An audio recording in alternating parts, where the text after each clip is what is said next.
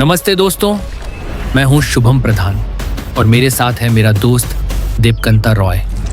आज हम लेकर आए हैं एक दिलचस्प सफर, चंडीगढ़ से जीभी और सोजा तक की यात्रा, जहां हर मोड़ पर पहाड़ों की खुशबू है और ठंडी हवा में आजादी का एहसास। रात के 12 बजे हमने चंडीगढ़ से बस पकड़ी। बस की खिड़की से दिखते जगमगाते शहर की लाइट्स, धीरे धीरे गायब होती भीड़ और सामने शुरू होते पहाड़। यात्रा की शुरुआत ही जादुई थी।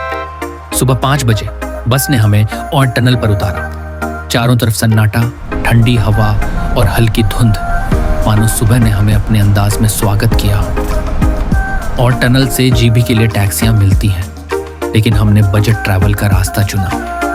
थोड़ा इंतजार किया और सुबह 7 बजे हमने बंजार जाने वाली लोकल बस पकड़ ली। सुबह 8:30 के करीब हम बंजार पहुंचे, एक शांत खूबसूरत कस्बा जहां पहाड़ों के बीच से सूरज की पहली किरणें उतरती हैं। वहीं से हमने एक कार ली और निकल पड़े जीभी और सोजा की तरफ। सड़कें संकरी थीं मगर नज़ारे लाजवाब।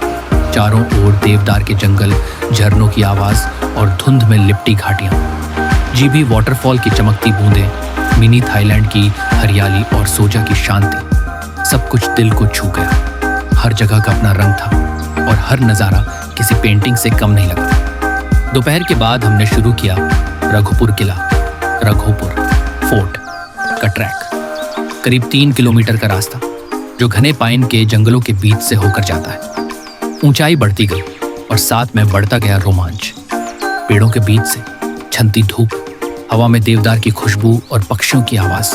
हर कदम पर बस सुकून था। और जब हम ऊपर पहुंचे तो जो दृश्य सामने था वो किसी सपने से कम नहीं। दूर तक फैले बर्फ से ढके पहाड़, नीचे तैरते बादल और बीच में खड़ा वो पुराना किला। इतिहास और प्रकृति का परफेक्ट संगम। सच कहूं तो आंखें बंद करना मुश्किल था, क्योंकि उस पल की खूबसूरती शब्दों से कहीं ज्यादा महसूस की जा सकती थी। शाम ढलने लगी और हमने अपनी गाड़ी मोड़ ली अगले पड़ाव की ओर, कुल्लू और मनाली, जहां हमारा सफर एक नए रंग में आगे बढ़ने वाला था। एक और कहानी, नए नजारे और कुछ अनकहे लम्हे। बस यही है सफर की असली खूबसूरती। हम और टनल से बस लेकर पहुंचे Manali bus stand. Bus stand के पास ही कई होटल और डॉर्मेट्री मिल जाते हैं, जहां आप अपने बजट के हिसाब से रुक सकते हैं। अगर आप बजट ट्रैवलर हैं तो डॉर्मेट्री 500 रुपए के अंदर और होटल रूम 1000 रुपए तक आसानी से मिल जाते हैं। अगर थोड़ा लग्जरी पसंद है तो ओल्ड मनाली में भी रह सकते हैं। वहाँ का माहौल थोड़ा अलग है, बस थोड़ा महंगा भी। हमने ठहरने के लिए मॉल रोड के पास का होटल चुना। चाय लेना? ले ले। मोटा है? ऑनलाइन पूछ लेना। केस घर लेके जाना उसको वापस। वो पूछ तो ले। अंकल जी ऑनलाइन हो जाएगी पेमेंट? चल। थोड़ा फ्रेश होकर हम निकल पड़े रोहतांग पास की तरफ।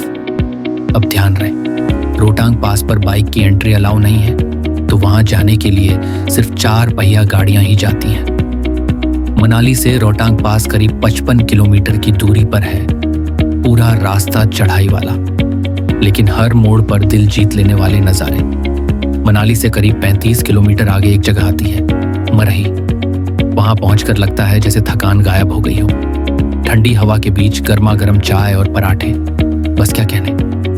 थोड़ी देर आराम किया और फिर निकल पड़े बाकी के सफर पर, रोहतांग पास की ओर। जैसे जैसे ऊंचाई बढ़ती गई, सड़कें बर्फ से ढकती गई और नज़ारे इतने खूबसूरत हो गए कि कैमरा बंद करने का मन ही नहीं करता था। हर तरफ सफेद बर्फ, पहाड़ों पर चमकती धूप और हवा में वो ठंड जो दिल तक उतर जाए। रास्ते में कई जगह मन करता था कि गाड़ी रोक दें और बर्फ में खेलें, पर याद रखिए ये रूट थोड़ा रिस्की भी है, तो सावधानी जरूरी है। आखिरकार हम पहुंच गए उस मुकाम पर, रोहतांग पास, जो समुद्र तल से करीब 14,500 फीट की ऊंचाई पर है। तेज ठंडी हवा, माइनस तापमान और हम दोनों पूरी मस्ती में, वो एहसास शब्दों में बयान नहीं किया जा सकता। चारों तरफ बस बर्फ ही बर्फ, और उस सन्नाटे में भी एक अनकहा सुकून था। कभी कभी लगता है यही तो जिंदगी है, जहां ठंड भी मजेदार लगती है और हर सांस एक नई कहानी कहती है। समय शाम का हो चला था और सूरज की सुनहरी किरणें बर्फ से ढकी पहाड़ियों पर ऐसे चमक रही थी जैसे किसी ने उन पर सोना बिखेर दिया हो। वो नजारा सच में दिल को छू लेने वाला था। धीरे धीरे हम उस खूबसूरत वादियों को निहारते हुए मनाली की ओर लौटने लगे। रास्ते में ठंडी हवा, ढलती शाम और वो शांत माहौल, सब कुछ किसी फिल्म जैसा लग रहा था। मनाली पहुंचकर हमने सोचा थोड़ी मॉल रोड की शाम का मजा लिया जाए। वहां की वाइब सच में कमाल की थी। चारों तरफ लाइट्स, लोगों की चहल पहल और ठंडी हवा में गर्म कॉफी का मजा ही कुछ और था। तीसरे दिन की सुबह हम जल्दी उठ गए। ठंडी हवा में गर्म चाय पीकर सीधा निकल पड़े मॉल रोड की ओर। बाइक रेंटल से बाइक लेना और सिस्सू की तरफ निकलना। बाइक लेते ही रोमांच शुरू हो गया। जैसे ही हम मनाली से निकले और अटल टनल को पार किया, सामने खुली घाटियों और बर्फ से ढके पहाड़ों ने मन मोह लिया। वो पल ऐसा था जैसे स्वर्ग की राह पर बाइक चला रहे हों। हवा में ठंडक, चारों तरफ सफेद बर्फ और दिल में बस एक ही एहसास, वाह, ये जगह तो जन्नत है।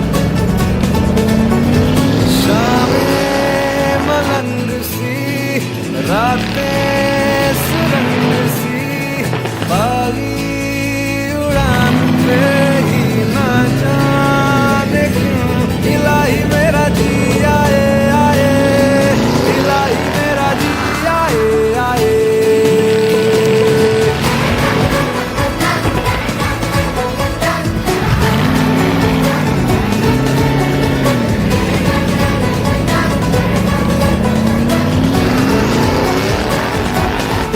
सिस्सू पहुंचकर हमने सबसे पहले सिस्सू लेक और फिर सिस्सू वाटरफॉल देखा, जो ठंड के मौसम में बर्फ की चादर में ढक जाता है। वहां की शांति और प्राकृतिक खूबसूरती सच में अद्भुत थी। थोड़ी देर बाद हम चंद्रा नदी के किनारे जा बैठे। ठंडी हवा में गर्मागर्म मैगी और सामने ढलता हुआ सूरज, उस पल को शब्दों में बयां करना मुश्किल है। शाम होते होते बहुत सारी खूबसूरत यादें साथ लेकर हम वापस मनाली लौट आए।